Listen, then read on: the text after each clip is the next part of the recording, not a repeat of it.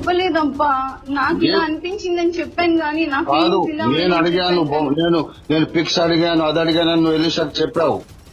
నా మెసేజ్ ఎలీషాకు చూపించావు. ఇప్పుడు నువ్వు నీ మెసేజ్ నేను చూపిస్తే నీ సంగతి ఏమవుతుంది? ప్లీజ్ అబ్బా, నువ్వు అంత కోపం తెచ్చుకోవద్దు. నువ్వు కోపం చంపి పడేస్తా నేను. పనికి మారిందానా? నువ్వు నా మెసేజ్ ఎలీషాకు ఎందుకు చూపించావు? నేను నీ మెసేజ్ చూపించానా? మరి ఇప్పుడు చెప్పు, చూపించనా? మాట్లాడు. తండ్రి, నీకు కూడా అంత కోపం వస్తే ఇంకా నేను అంత తప్పుడు దాన్ని కాదు కదా. నీవు నా మెసేజ్ చూపించావా లేదా?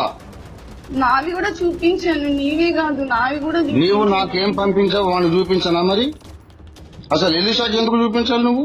నాకు బాధ అయిందప్ప ఆ రోజు, అందుకే నేను బాధ తట్టుకోలేకే నువ్వు అందరూ నాకు, నేనే కాకుండా అందరూ నీకు కన్యకలే అని చెప్తున్నావు కదా. నాకు అప్పుడు బాధ అయిందప్ప. నేను ఎందుకు నేను ఇంతగా అపార్థం చేసుకున్నాను, నన్ను ఎందుకు ఇంత అపార్థం చేసుకున్నావు, నన్ను